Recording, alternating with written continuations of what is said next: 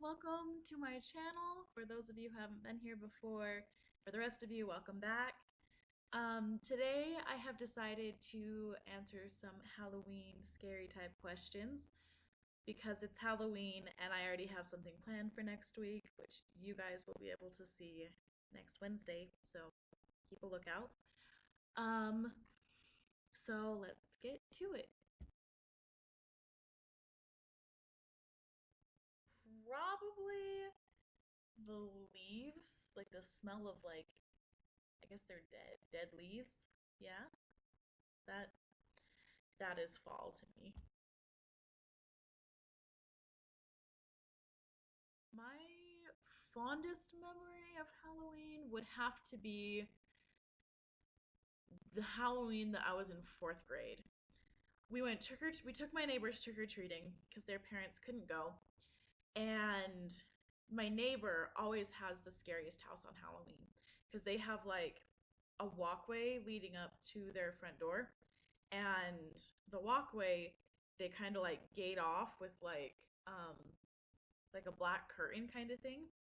And in there they have like motion censored things, they have um sound activated things, they have things that jump out at you, things that laugh at you, they have a creepy clown face, they have things that glow, things that just move and are just creepy. And on Halloween night they make it even creepier by putting real people in costumes and putting them in that walkway. And so you don't know what's real and what's not. You don't know what will actually hurt you. I mean, they can't hurt you, but like you don't know what can actually like touch you and what can't. And it's terrifying. So the whole thing with this walkway is they have really good candy. And so, here's the beginning of the walkway, and the really good candy's all the way at the end. So you have to go through this thing of terror to get to the good candy. And if you don't want good candy, you can just go. Their garage is always open and they have like hot chocolate and just like candy and stuff like that. And you can just go and go there. So I was in 4th grade and I was like, I'm finally old enough that I can go and do this by myself, right? So I walk in, and little do I know, my neighbor, who's about 2 or 3 years younger than me, follows me in. So I go up and I get my candy. I kind of ran because I was terrified. I ran up and get my candy, and I turn around and I see my neighbor. And I was like, I got mad at him at first, and I was like, why did you follow me in here? Like, you're gonna get scared, because I knew he got scared easily, but he was gonna follow me anyway. So he followed me in, and I was like, well, you're in here. You might as well go get candy, because he was like halfway there already. So I go back and meet him at the halfway point, and he walks up to go get his candy, and this gorilla that I thought was fake starts following him up to the candy bucket and walks up behind him and scares the crap out of my neighbor. And my neighbor screams, and his candy goes flying, and the gorilla just starts laughing. And me, one thing you need to know about me is I have a very strong motherly instinct. And so I, even though I was scared, like the gorilla scared me, I had to do something about it. The fact that he was laughing at my neighbor. So I walked up behind this gorilla man and like tugged on his costume a little bit. And I was like, hey, that was really mean. You should be nice. He didn't want to be scared. He just wanted candy. You're so mean. You're so dumb. And little 4th grade me yelled at this gorilla man while my neighbor was picking up his candy. And finally, I just grabbed my neighbor and I was like, let's get out of here.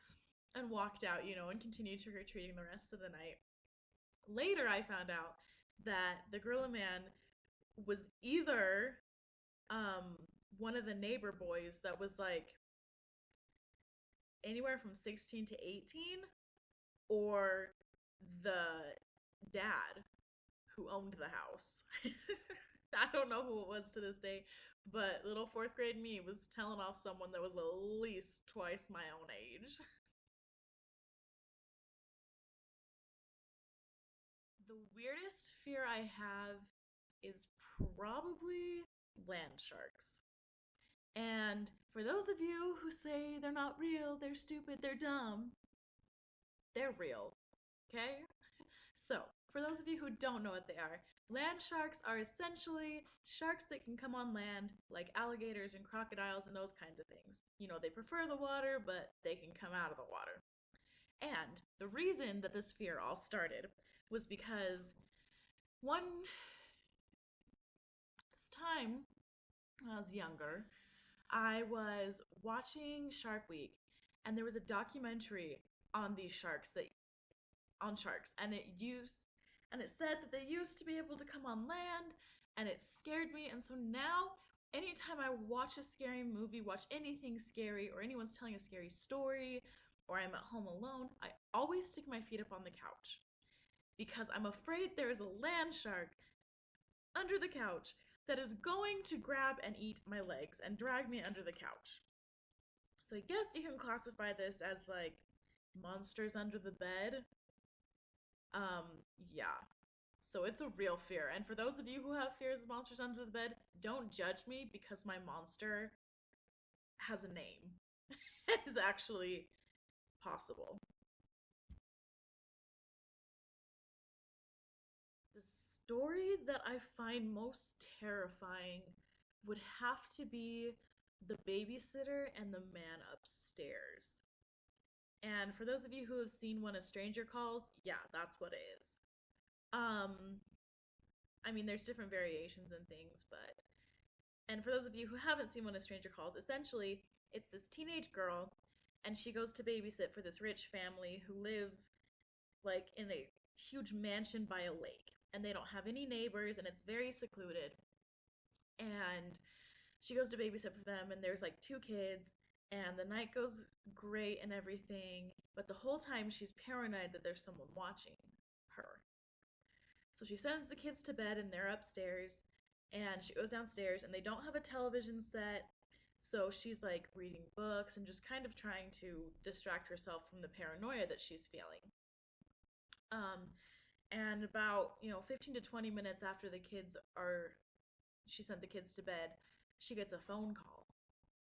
And there's a man on the phone and he says, "Go check on the kids upstairs." And so the girl initially kind of freaks out and she's like, "Who is this? Like, how do you know I'm babysitting? Why are you calling?" Just kind of asks these questions, but he doesn't answer. He just hangs up. So she's like, "Well, he said go check on the kids." So she's worried now because the paranoia is getting worse. So she runs upstairs to go check on the kids, and they're gone. And so she runs back downstairs and she calls the police and she asks the police to like track the phone number and ask, and find out where he's calling from. And the police tell her that the phone call came from inside the house and they tell her to get out. But she can't get out without the kids. So she starts freaking out and is trying to find the kids, and this guy is in the house trying to find her. And like any scary movie, it does not it does not end well. Like she ends up in the hospital because the guy gets to her. The kids are dead, and just like, that was always my biggest fear when I was babysitting, is that someone was watching and someone was going to do something to me. So even today, like, that's still sometimes that paranoia comes back and bites me in the butt. But yeah, that is definitely the scariest story that I find the most scary because it could actually happen.